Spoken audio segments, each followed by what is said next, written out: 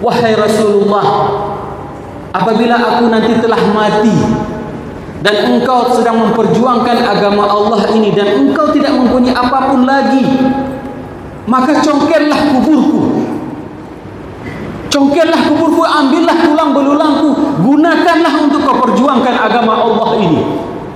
Begitulah cintanya Ibunda Khadijah kepada Rasulullah sallallahu alaihi wasallam. Assalamualaikum warahmatullahi wabarakatuh. Saya sedang bersama dengan guru kita, sahabat kami, senior saya di Al-Azhar Kairo Mesir, Al-Mukarram Tengku Ustadz Damanhur Abbas. Jangan lupa ikuti kajian beliau. Yang tidak bisa, jangan ketinggalan ikuti kajian online beliau di channel Ustadz Damanhur Abbas Official. Subscribe, like, share, and comment.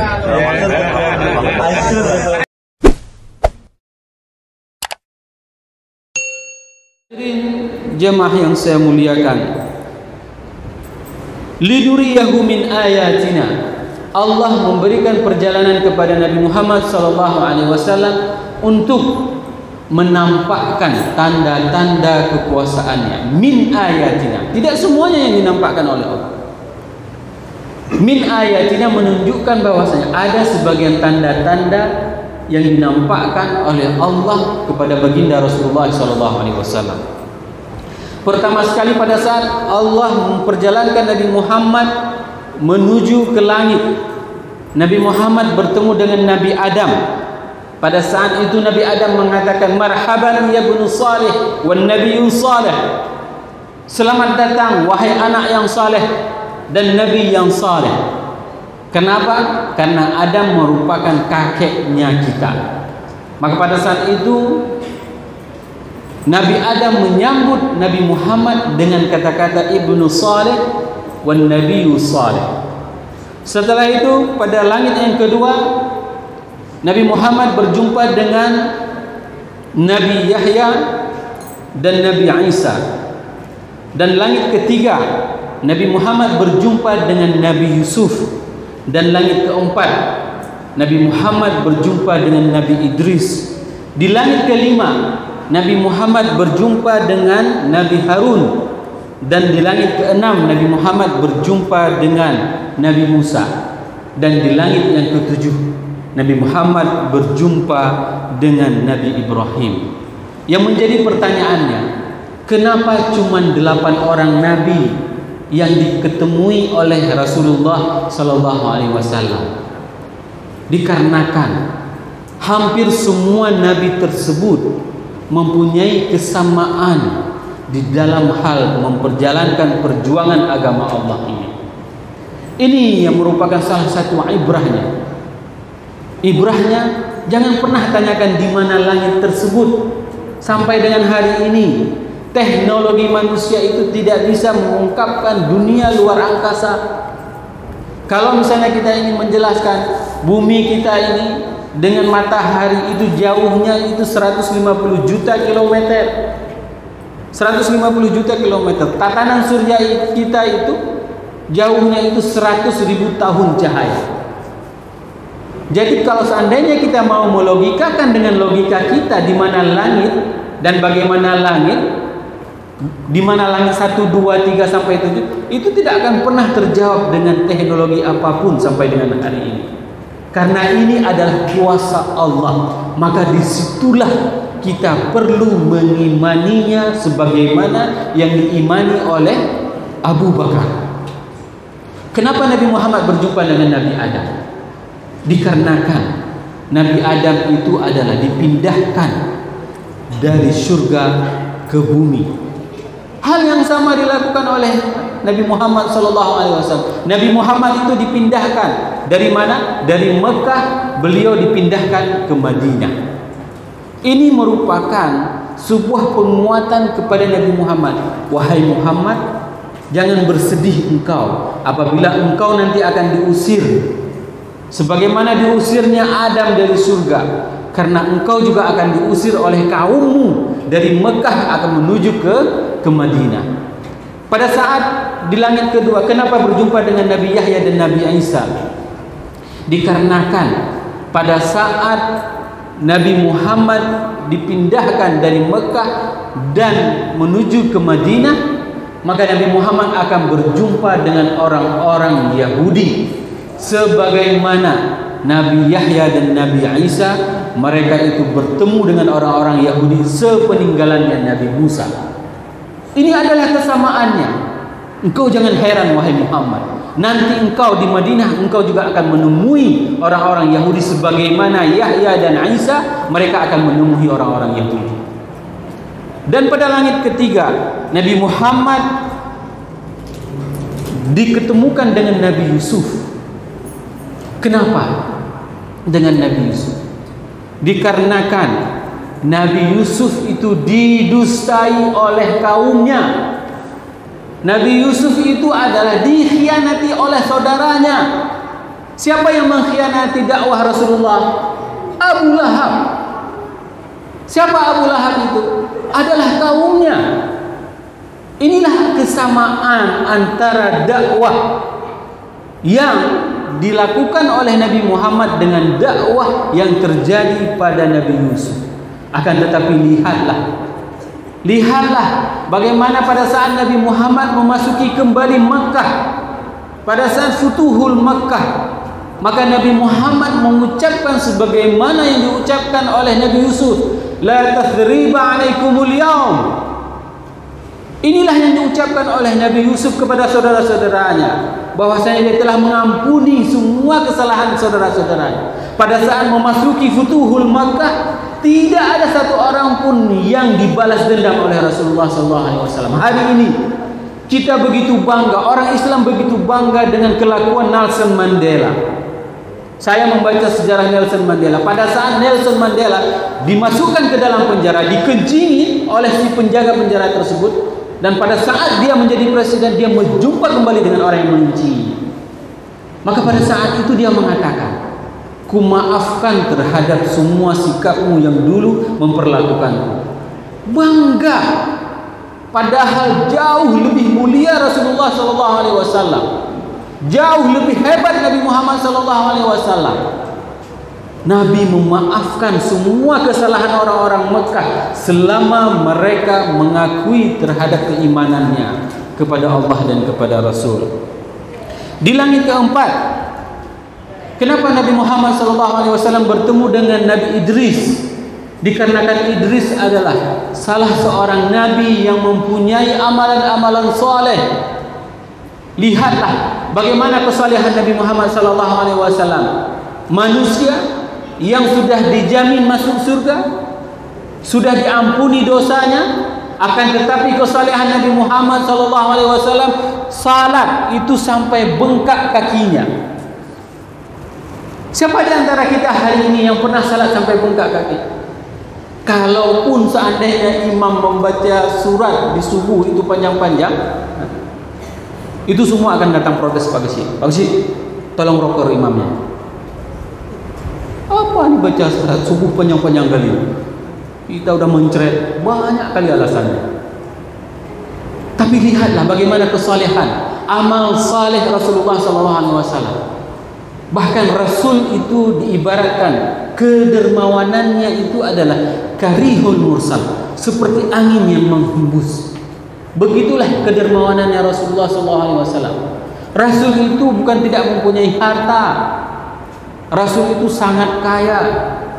Menikah itu dengan mahar 30 ekor unta, 800 juta mahar Rasulullah SAW. Kalau ada apapun itu akan diberikan kepada orang lain. Begitulah kesalehan Rasulullah SAW. Dan inilah yang diberikan contoh. Engkau ketemukan dengan Idris agar kesalehanmu itu tetap istiqamah. Ini pelajaran penting kepada kita, karena kita bukan Rasul, karena kita bukan Nabi. Bagaimana kesalehan kita? Ini yang harus kita perbaiki selama ini, jamaah yang dirahmati Allah. Pada langit keenam, Nabi Muhammad dijumpakan dengan Nabi Musa. Kenapa Musa? Karena Musa dakwahnya itu adalah di antara nabi yang paling banyak mendapatkan tantangan dari umatnya. Tidak tanggung-tanggung Musa berhadapan dengan penguasa yang zalim. Siapa namanya? Fir'aun. Tidak ada penguasa yang paling zalim kecuali memang Fir'aun. Kenapa? Kezalimannya itu saya sampai mengaku bahwasanya Anallah, akulah Tuhan. Bagaimana kezaliman orang tersebut? Dan kekuasaannya itu sungguh luar biasa, spektakuler. Bapak Ibu jamaah yang dirahmati Allah, kami itu belajar di Mesir dan alhamdulillah saya dapat melihat bagaimana suasana Mesir. Pasak-pasak tiang istana Fir'aun itu 3 orang kita peluk itu tidak akan bisa. Begitulah besarnya pasak tiang kerajaan Fir'aun. Bukan seperti tiang masjid kita. Pasak tiang itu menjulang tinggi. Dan ada satu bangunan di Mesir tersebut yang dibangun oleh Fir'aun, itu matahari hanya akan masuk dalam 1 tahun 1 hari, melewati dan melintasi di atas bangunan tersebut, sehingga full cahayanya itu pas di atas bangunan tersebut. Bayangkan bagaimana canggihnya teknik sipil pasukan Fir'aun. Tapi apa yang terjadi? Pada saat Fir'aun tidak mau beriman kepada Allah dan kepada Musa, maka dia ditenggelamkan ke dalam Laut Merah. Ini pelajaran penting. Sehebat apapun penguasa hari ini, kalau seandainya dia tidak taat kepada Allah dan kepada Rasulullah, maka dia akan ditenggelamkan dan dia akan dihancurkan. Begitu juga Musa. Musa mendapatkan perlawanan yang sangat luar biasa. Dari siapa? Dari saudagar kaya yang dinamakan dengan Namrud. Kalau hari ini ada orang kaya di antara kita mempunyai kunci brankas bank. Kunci brankas bank yang dimiliki oleh orang itu paling banyak brankas bank itu cuma 10 buah. Tapi ya, Namrud itu adalah orang yang paling banyak kunci brankas bank, sehingga orang angkat pun itu tidak sanggup. Bagaimana kekayaannya? Si Karun tersebut mempunyai kunci brankas bank yang paling banyak, sehingga orang kuat pun tidak sanggup mengangkatnya kunci brankas tersebut. Begitulah kekayaan yang dimiliki oleh Karun, sehingga kedua orang tersebut itu diungkapkan dengan kata-kata bagha dan tagha. Apabila ada penguasa yang tidak mau taat kepada Allah dan Rasul, maka itu diungkapkan dalam Al-Quran dengan kata-kata tagha. Izhab ila fir'auna innahu tagha. Pergilah kepada Fir'aun, dikarenakan Fir'aun itu kelewat batas. Adapun orang yang kaya, ini hati-hati Bapak Ibu yang mempunyai harta, akan tetapi tidak mau menafkahkan hartanya di jalan Allah sebagaimana yang dilakukan oleh Ibunda Khadijah, maka orang tersebut akan diungkapkan dan akan dipanggil di dalam Al-Quran dengan kata-kata bagha.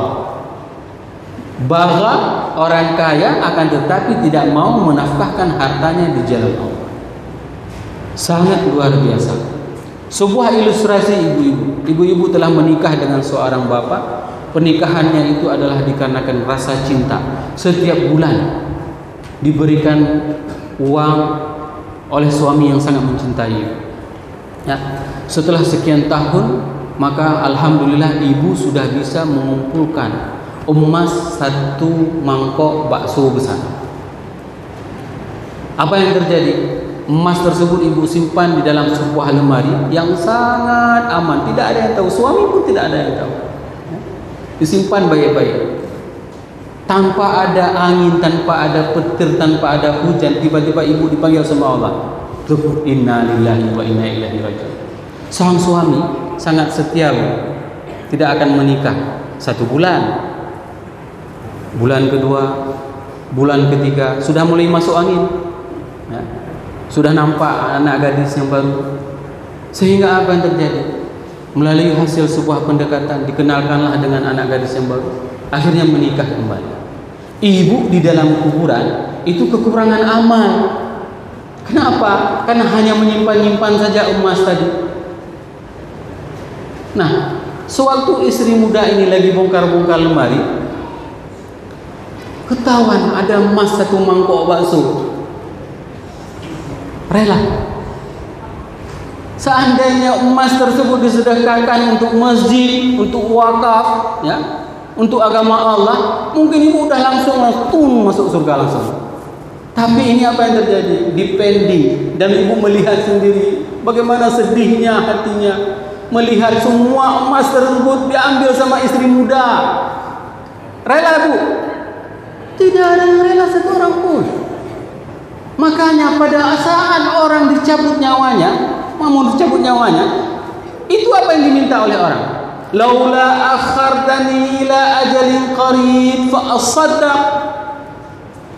Kalaulah seandainya aku diberikan umur panjang, maka aku akan bersedekah. Sama juga bapak-bapak juga seperti itu. Pada saat bapak-bapak mempunyai harta, tidak mensedekahkan hartanya di jalan Allah, tidak membantu agama Allah, maka pertanyaannya pada saat itu, ya Allah berikanlah aku umur panjang supaya aku bisa bersedekah. Bukan minta kawin dua. Ya? Pada saat umur dicabut nyawanya, bukan minta kawin dua, tapi tetap mau bersedekah kembali. Inilah perjalanan kenapa Allah mempertemukan Nabi Muhammad di langit ke-6 dengan Nabi Musa. Dan yang ketujuh, Allah mempertemukan dengan Nabi Ibrahim. Pada saat Rasulullah SAW bertemu dengan Nabi Ibrahim, pada saat itu Nabi Ibrahim bersandar di Baitul Ma'mur. Inilah sebuah hikmah bahwasanya Rasul melaksanakan haji wada, di mana semua manusia mempunyai hati untuk kembali ke Mekah. Semua kita mempunyai rasa tertarik. Ada magnet di mana manusia semuanya akan bertawaf mengelilingi Ka'bah. Bahkan tidak ada yang bisa menghentikan tawaf tersebut kecuali salat fardu. Pada saat orang-orang sedang melakukan apapun kegiatannya, maka itu tawaf terus berjalan. Sehingga Profesor Zaghlul Naggar, salah seorang profesor dari arkeologi dari Mesir, beliau mengatakan, seandainya tidak ada lagi orang yang bertawaf di Ka'bah, maka tenaga elektromagnetik bumi ini itu tidak ada lagi. Ini adalah salah satu rahasia. Kenapa orang itu bertawaf, orang itu bertawaf berbalik arah dengan jarak jarum jam, dikarenakan akan menghasilkan tenaga elektromagnetik. Ummul Qura itu disebut dengan Ummul Qura dikarenakan itu adalah pusatnya dunia.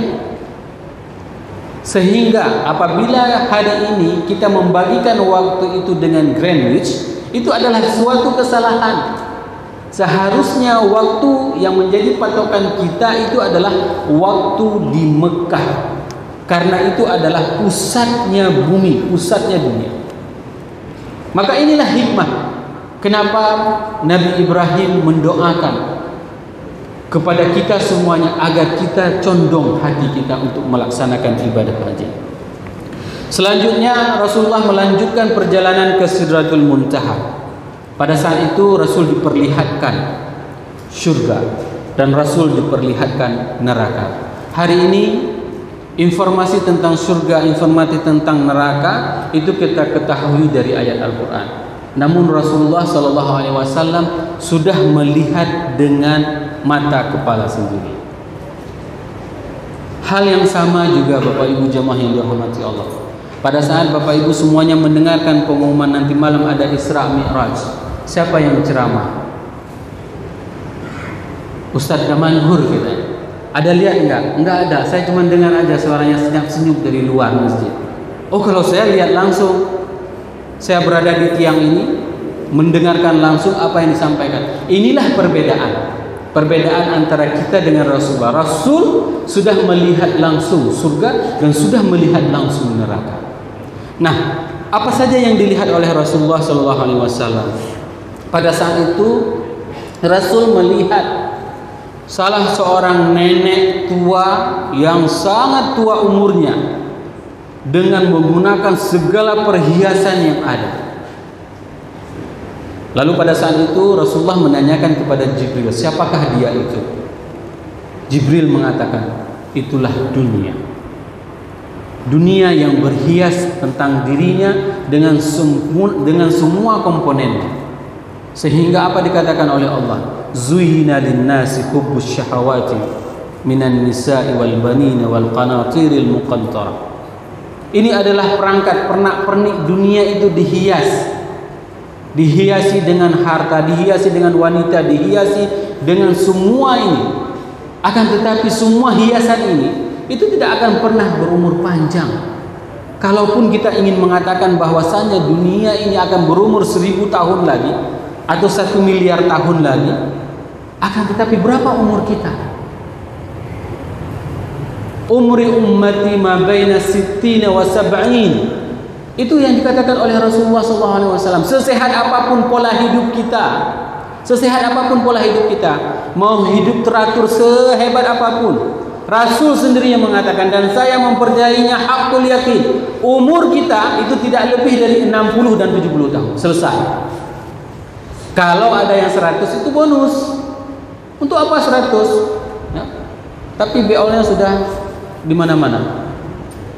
Tidak bisa buat apa-apa lagi. Yang ada membuat orang mudhar. Maka dikatakan oleh Rasulullah SAW, umur umatku itu adalah antara 60 sampai dengan 70 tahun. Apa yang kita lakukan selama hidup ini? Ini yang harus kita persiapkan. Kenapa? Karena wal akhiratu khairun wa abqa. Karena kehidupan di akhirat itu adalah lebih baik dan abadi. Umur kita 60 tahun. Bahkan ada di antara kita yang mempunyai saudara yang dipanggil oleh Allah hanya berumur sangat muda. Ada yang masih bayi dipanggil oleh Allah. Ada yang masih remaja. Berapa banyak di antara kita? Bahkan angka menunjukkan bahwasannya hasil statistik, ternyata orang yang paling banyak meninggal itu adalah anak muda, bukan orang tua. Ini yang kasus yang terjadi hari ini. Orang ketabrak, mabuk semuanya, kecelakaan. Sangat banyak angka kematian itu dialami oleh anak muda, bukan orang tua. Orang tua kok nggak mati-mati? Pertanyaannya. Sehingga ada pertanyaan dari anak, kenapa nggak mati-mati orang tua? Nah, Bapak Ibu jemaah yang dirahmati Allah, yang berikutnya yang dilihat oleh Rasulullah adalah orang yang dibakar di dalam oven. Ternyata di dalam neraka yang begitu panas apinya itu dibuat juga oven. Ibu-ibu yang sering masak kue itu tahulah bagaimana panasnya oven. Ternyata di dalam neraka ada oven juga. Oven tersebut hanya dibakar orang-orang yang melakukan praktek riba. Ini yang paling bahaya hari ini. Berbagai macam alasan, ya. Kalau dalam bahasa Aceh dikatakan kihi, ya. Banyak kali alasan. Oh, itu kan tidak apa-apa. Ada pendapat ulama yang mengatakan boleh seperti ini, boleh seperti itu. Padahal sudah jelas-jelas Allah mengatakan wa ahallallahu al-bai'a wa harrama riba. Ini sudah sangat tegas. Kenapa masih ada orang yang mengatakan bahwasanya riba itu enggak apa-apa? Riba itu enggak apa-apa selama itu bisa beginilah alasannya, begitulah. Harus kita sesuaikan bagaimana perkembangan ekonomi hari ini, tidak bisa kita elakkan. Tapi ingat, Rasul sudah melihat dengan mata kepala orang pelaku riba itu dibakar di dalam oven. Dan yang berikutnya yang dilihat oleh Rasulullah SAW itu adalah khutabaul fitnah. Ini yang paling bahaya. Khutabaul fitnah itu disiksa di dalam neraka. Lidah mereka itu ditarik, lalu dipotong lidahnya dan mulutnya digunting.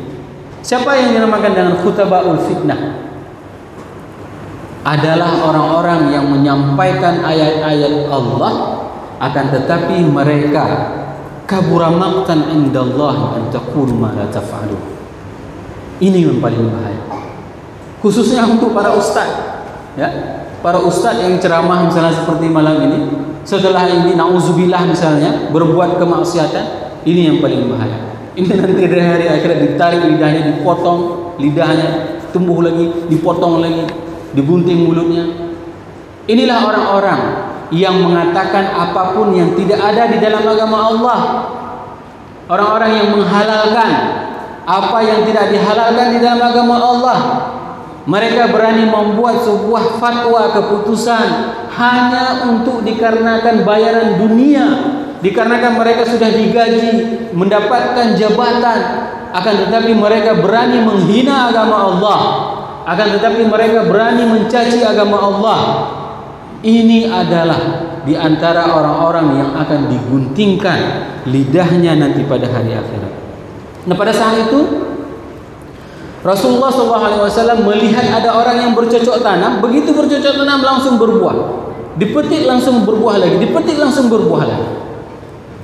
Lalu Nabi Muhammad SAW menanyakan kepada Jibril, siapa orang tersebut wahai Jibril? Orang tersebut adalah orang yang berjihad di jalan Allah dengan harta dan jiwa mereka. Ini merupakan sebuah keutamaan Bapak Ibu jamaah yang dirahmati Allah.